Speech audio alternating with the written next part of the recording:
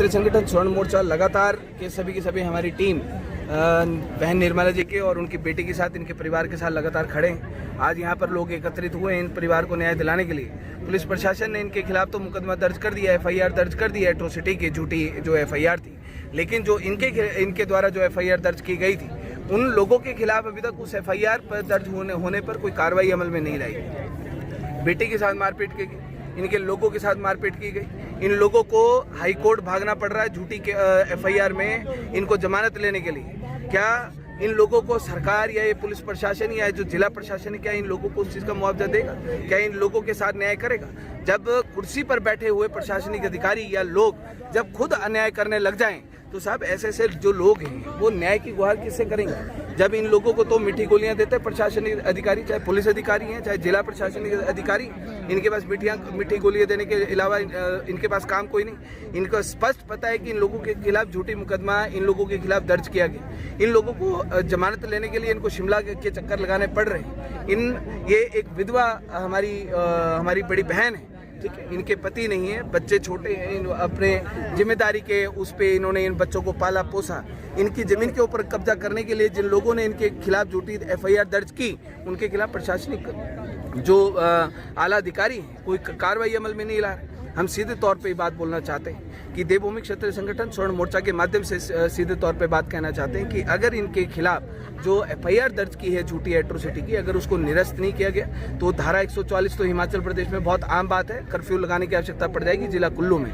ये बात स्पष्ट तौर पर मैं कहना चाहता हूँ, क्योंकि अपने परिवारों, अपने समाज के लोगों के ऊपर अगर अन्याय होगा तो हम लोग शांत नहीं बैठेंगे। प्रशासनिक अधिकारियों को, ये जितने भी अधिकारी हैं, इनको मैं सीधे शब्दों में बात कहना चाहता हूँ कि आपने अगर इस परिवार को न्याय नहीं दिया साहब, तो ताला लगाना देवभूमि क्षत्रिय संगठन को बहुत अच्छे तरीके से आता है। और जिला कुल्लू में उस प्रत्येक आला अधिकारी के कार्यालय में ताला लगाएंगे जो इस परिवार को, जो अन्याय के इनके साथ न्याय नहीं करेगा। इनके खिलाफ ये जो झूठी FIR दर्ज करने में जो अपनी अहम भूमिका निभा रहे हैं और इनको मीठी गोलियां जो देने का काम कर रहे हैं, ये प्रशासनिक अधिकारियों से सीखने की आवश्यकता हम लोगों को नहीं कि वो क्या कार्रवाई अमल में लाते, क्या अमल में नहीं लाते। देवभूमि क्षत्रिय संगठन को लगभग 7-8 साल हो गए हिमाचल प्रदेश में इन्हीं मुकदमों को लेकर काम करते हुए। इस परिवार के साथ देवभूमि क्षत्रिय संगठन पूरा का पूरा खड़ा है।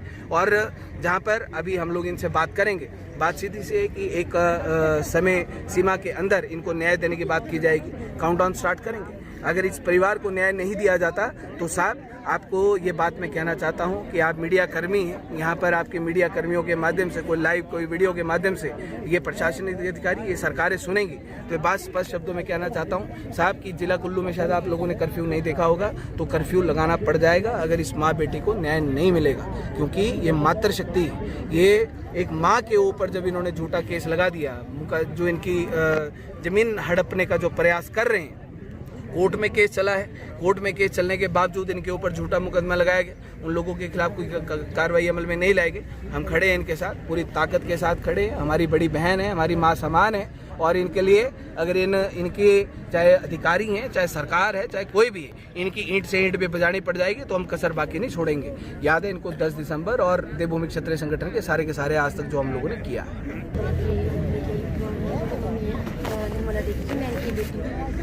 और हमारा जो है ना एक सिविल केस चला था, ज़मीनी विवाद था कुछ, तो वो केस कोर्ट में चला हुआ था और मामला इस हद तक पहुंच गया कि हमें अपनी ज़मीन पर स्टे लेना पड़ा।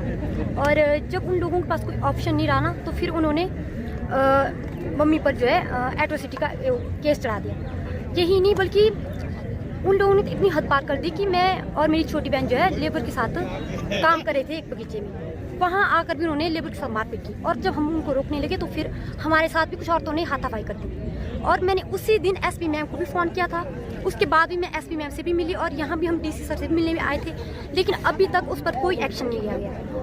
और जो एट्रोसिटी का इन पर केस चलाया गया उस पर फटाफट FIR भी हो गई और हमें जो है शिमला में जाकर, हाई कोर्ट में जाकर बेल लेनी पड़ी, और नहीं लेते तो शायद ये अरेस्ट होते इस पर।